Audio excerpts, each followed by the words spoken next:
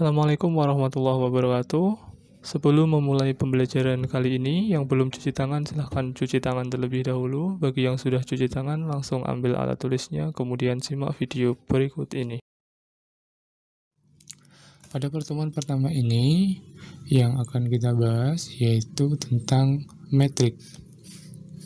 Mungkin kalian sudah pernah mendengar kata-kata tentang metrik. Biasanya di film pernah juga lihat metrik. Apa sih pengertian metrik itu kalau di matematik? Metrik adalah kumpulan bilangan yang disusun secara baris dan kolom atau kedua-duanya dan di dalam suatu tanda kurung.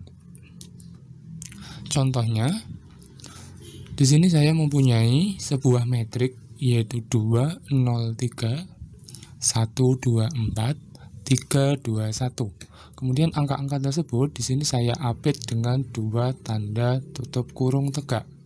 Itu adalah contoh dari metrik. Tapi metrik tersebut belum mempunyai sebutan atau panggilan, hanya metrik secara umum. Kemudian yang kedua kita akan mengenal yaitu notasi metrik. Notasi metrik itu ditulis menggunakan huruf besar cetak tebal.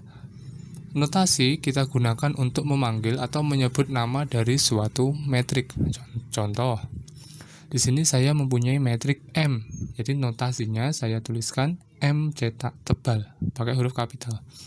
Di sini metrik M 203 124 321. Saya punya metrik B 241 302. Dan saya punya metrik A 14 min 10 23. Jadi metrik M, metrik B, dan metrik A itu bisa saya sebutkan dan jenisnya pasti berbeda-beda sesuai dengan notasi metriknya. Yang selanjutnya akan kita bahas yaitu tentang elemen metrik. Apakah elemen metrik itu? Elemen metrik adalah angka-angka yang mengisi suatu metrik untuk membentuk baris dan kolom. Di sini saya punya contohnya yaitu min 1, 35, 310, 241. Jadi angka-angka tersebut adalah elemen-elemen yang mengisi metrik D. Kemudian dari elemen-elemen metrik tersebut kita akan mengenal yang namanya baris dan kolom. Yang saya kasih tanda warna kuning yaitu min 1, 3, 5 itu merupakan elemen-elemen yang membentuk baris pertama pada metrik D. Kemudian 310 itu merupakan elemen-elemen yang membentuk baris kedua pada metrik D. 241 itu merupakan elemen-elemen yang membentuk baris pada elemen yang membentuk baris ketiga pada metrik D. Sedangkan yang saya beri tanda warna biru yang tersusun ke bawah, min 132 itu merupakan kolom pertama pada metrik D, 314 kolom kedua pada metrik D, 501 itu kolom ketiga pada metrik D. Jadi metrik D itu terdiri dari 3 baris dan 3 buah kolom. Selanjutnya kita akan mengenal lebih jauh tentang ordometrik. Apa sih ordometrik itu? Ordometrik adalah bilangan asli yang menyatakan banyaknya baris dan kolom dari suatu metrik. Di sini saya punya contoh metrik K yaitu 102 min 235. Metrik K tersebut terdiri dari dua buah baris yang saya beri tanda warna kuning ke kanan. Kemudian metrik K tersebut juga terdiri dari 3 buah kolom yang saya beri tanda warna biru ke bawah. Jadi dapat disimpulkan kalau metrik K itu mempunyai ordo 2 kali 3. Selanjutnya yang akan kita bahas yaitu tentang jenis-jenis metrik. Yang pertama itu adalah metrik kolom. Apa sih metrik kolom itu? Metrik kolom adalah metrik yang hanya memiliki satu kolom, atau kata lainnya kita sebut yaitu metrik yang berurut M dikalikan 1, di mana M ini bisa terdiri dari beberapa baris. Tapi di sini saya mempunyai contoh metrik K, yaitu 2, min 1, 3. Jadi metrik K itu bisa disusun terus ke bawah, yang penting dia hanya memiliki satu kolom. Itu disebut metrik kolom. Yang kedua adalah metrik baris. Apa sih metrik baris itu? Metrik baris adalah metrik yang memiliki satu baris, atau kata lainnya yaitu metrik yang mempunyai ordo 1 kali N. Jadi kebalikan dari metrik kolom. Contohnya, di sini saya punya metrik J min 3, 0, 4. Jadi, kalau metrik kolom tadi tersusun ke bawah, kalau metrik baris ini tersusun ke mendatar, ke kanan. Gitu ya. Sekarang, yang ketiga yaitu metrik persegi. Apa sih metrik persegi itu? Metrik persegi adalah metrik yang memiliki banyak baris dan kolom yang jumlahnya sama. Contoh, di sini saya punya dua buah metrik. Metrik H itu merupakan metrik persegi. Kenapa? Karena jumlah baris dan kolomnya sama, yaitu 2, min 1, 3. Itu barisnya terdiri dari 3 baris.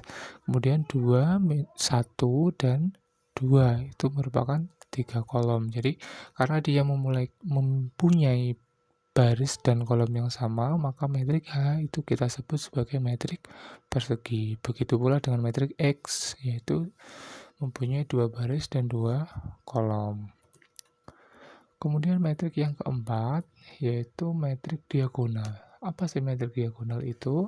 Metrik diagonal adalah metrik yang elemen di luar diagonal utamanya itu adalah 0. Contohnya, di sini saya punya metrik H, 4, 0, 0, 0, 6, 0, 0, 0, 1. Jadi kalau dilihat, nah, 4, 6, 1 itu merupakan diagonal utama dari sebuah metrik. Jadi selain diagonal utamanya itu, elemen-elemen pada metrik tersebut nilainya adalah 0. Jadi itu disebut metrik diagonal. Kemudian yang kelima itu adalah metrik identitas. Pasti metrik identitas itu? Metrik identitas adalah metrik diagonal yang semua elemen diagonal utamanya bernilai 1. Yaitu, contoh di sini saya punya metrik identitas untuk yang berurut 3 kali 3. Itu 1, 0, 0, 0, 1, 0, 0, 0, 1. Jadi diagonal utamanya yang saya kasih tanda berwarna kuning itu merupakan diagonal utama metrik dan bernilai 1. Itu disebut metrik identitas. Selanjutnya yang keenam itu adalah metrik 0. Metrik 0 adalah metrik diagonal yang semua elemen diagonal utamanya adalah 0. Contoh, di sini saya punya metrik H itu adalah 0, 0, 0, 0 semua. Selanjutnya yang akan kita bahas yaitu mengenai tentang penjumlahan dan pengurangan metrik. Yang pertama, kita harus mengetahui syarat-syarat dari dua buah metrik bisa dioperasikan, yaitu harus mempunyai ordo yang sama. Contoh, metrik P itu mempunyai ordo 2 kali 2, 1, 3, min 2, 0, dan metrik G itu mempunyai ordo 2 kali 3. Jadi metrik P dan metrik G itu tidak bisa dijumlahkan karena ordonya tidak sama. Contoh yang kedua, kita mempunyai metrik yang berordo sama. Contohnya metrik K. Itu ordonya 2 kali 2, elemennya 1, 3, min 2, 0. Metrik L min 2, 1, 1, 2. Gitu ya.